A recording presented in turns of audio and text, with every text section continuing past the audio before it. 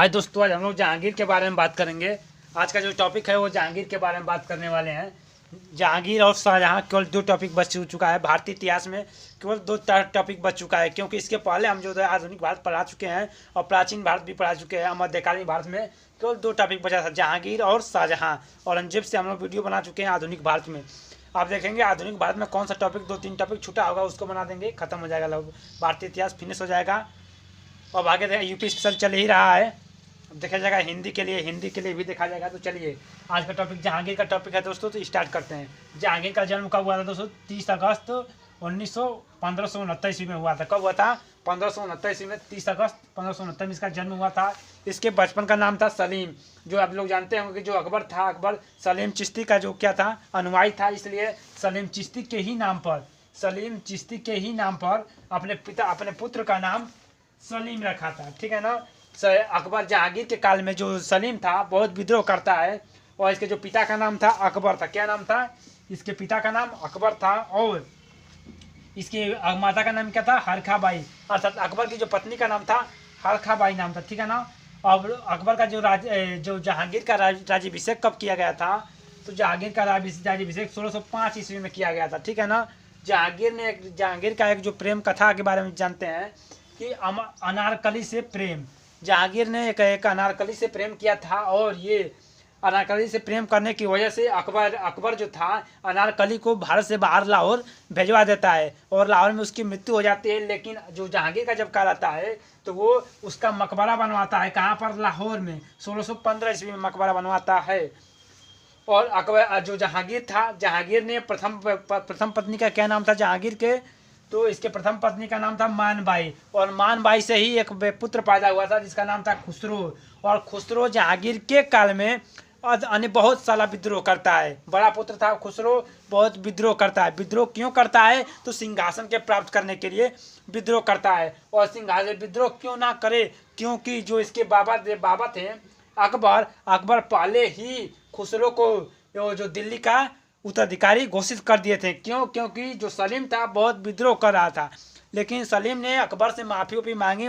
माफ़ी मांगने की वजह से अकबर ने अबुल फजल के कहने पर माफ़ कर दिए, लेकिन माफ़ करने की वजह से उसे सलीम को उत्तराधिकारी बन जाता है 1605 ईस्वी में। इसी को लेकर के खुसरो विद्रोह कर रहा था कि हम उत्तराधिकारी घोषित हो चुके हैं।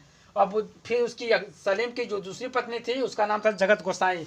क्या नाम था? जगत गोसाई। और यही जगत गोसाई से एक पुत्र पैदा होता है जिसका नाम होता है खुर्रम। और खुर्रम ही आगे चल करके भारतीय इतिहास में अगला उत्तराधिकारी घोषित होता है, जिसका नाम होता है शाहजहां। क्या नाम होता है? शाहजहां इसी का नाम था। ये खुसरो नहीं था, खुसरो को तो अंधा कर दिया जाएगा। ठीक है ना।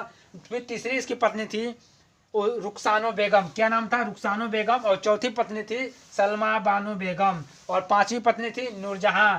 कितना शादी किया था, देख रहे हैं ना। इसलिए मुस्लिम धर्म में तीन तलाक खत्म कर दिए मोदी जी। अब नूरजहां से विवाह किया था। ठीक है ना।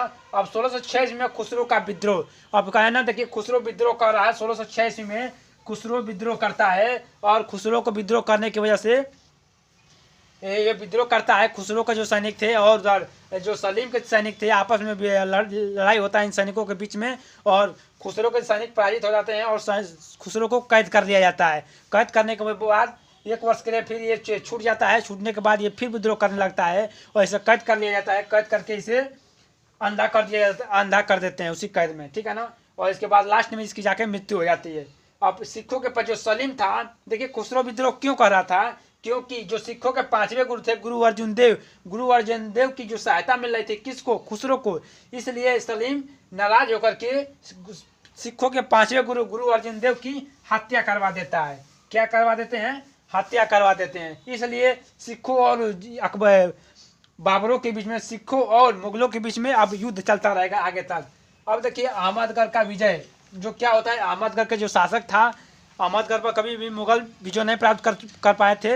इसलिए अहमदगढ़ का विजय किया था कौन? खुर्रम। जब अहमदगढ़ का जो विजय किया था, अहमदनगर का जब विजय करता है खुर्रम, इसलिए सलीम प्रसन्नचित होकर के, जहांगीर प्रसन्नचित होकर के इसे शाहजहां की उपाधि देते हैं। किसकी?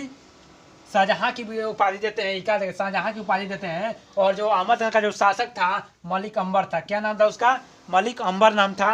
और मेवाड़ और मुगलों के संधि होते। देखिए इसी में इसके आगे फिर क्या होता है, मेवाड़ के शासक और मुगलों के शासक के मुगलों के बीच क्या होती है, संधि होती है 1615 ईस्वी में, जहांगीर के ही काल में। फिर क्या होता है, नूरजहां से विवाह होता है 1611 ईस्वी में। जहांगीर ने नूरजहां से विवाह किया था। नूरजहां एक विधवा थी। क्यों, देखिए नूरजहां की एक पति का नाम था शेख अफगान। क्या नाम था, शेख अफगान नाम था। नूरजहां के पति का नाम था शेर अफगान, जो शेर अफगान नाम था, जो शेर अफगान की उपाधि धारण किया था। ये मेहरुनिसा का पति था। इसको जहांगीर ने मरवा करके और इसकी पत्नी को जब देखा तो उस पर मोहित हो गया और इसकी पत्नी से नूरजहां से विवाह कर लेता है। 1623 ईस्वी में शाहजहां ने भी विद्रोह किया था, लेकिन इस विद्रोह को जहांगीर के सेनापति के द्वारा कंट्रोल कर लिया जाता है। वो भी सिंहासन के लिए ही विद्रोह किया था शाहजहां ने। लेकिन फिर 1627 ईस्वी में जहांगीर की मृत्यु हो जाती है। कब होती है जहांगीर की मृत्यु, तो 1627 में जहांगीर की मृत्यु हो जाती है। और अगला शासक कौन बनेगा, तो ये शाहजहां बनता है। ये भी एक अच्छा शासक होता है। और जहांगीर के सिंह काल में देखो दोस्तों, एक जनता के लिए न्याय की जंजीर थी, सोने की न्याय की एक जंजीर थी जहांगीर के काल में, बहुत फेमस है। यहाँ से क्वेश्चन बनता है। अब जहांगीर ने इंग्लिश खां की उपाधि दिया था। दोस्तों एक भारत में सबसे पहले अंग्रेज यात्री आने वाले थे। जो अंग्रेज यात्री आए थे जहांगीर के ही काल में आए थे, जिनका क्या नाम था, एक का नाम था कैप्टन विलियम हॉकिंस या कैप्टन हॉकिंस। इसको ही इंग्लिश खां की उपाधि दिया गया था, क्योंकि ये जो बहुत अच्छा फारसी बोलता था। कौन, ये कैप्टन विलियम हॉकिंस। और दूसरा जो अंग्रेज यात्री आया था उसका जो नाम था वो था सर थॉमस रो। क्या नाम था, सर थॉमस रो। ये 1615 ईस्वी में आया था भारत। फिर इस जहांगीर के काल को चित्रकला का स्वर्ण युग कहा जाता है, क्योंकि चित्रकला बहुत अच्छे तरह से देखा जाए तो जहांगीर के काल में विकसित हुई थी। जहांगीर के काल में जो दो चित्रकारी बहुत फेमस हुआ करते थे। एक का नाम था मंसूर खां और दूसरा का नाम था अबुल हसन। ये मंसूर खां जब पक्षियों का चित्र बनाता था और ये अबुल हसन व्यक्तियों का चित्र बनाता था। तो ये था दोस्तों जहांगीर के बारे में टॉपिक था। बताइएगा कैसा वीडियो बना है। पढ़ाने के कई तरीके होते हैं दोस्तों। ये था दूसरा तरीका कि लिख दीजिए और बता दीजिए, ये आसान तरीका है। हर तरीका वो होता है कि वो बिना लिखे बिना देखे समझाइए, एक तरफ से लिखते रहिए, समझाते रहिए, वो तरीका अच्छा होता है। लेकिन उसमें बहुत हार्ड मेहनत लगता है। ये तो आसान तरीका है।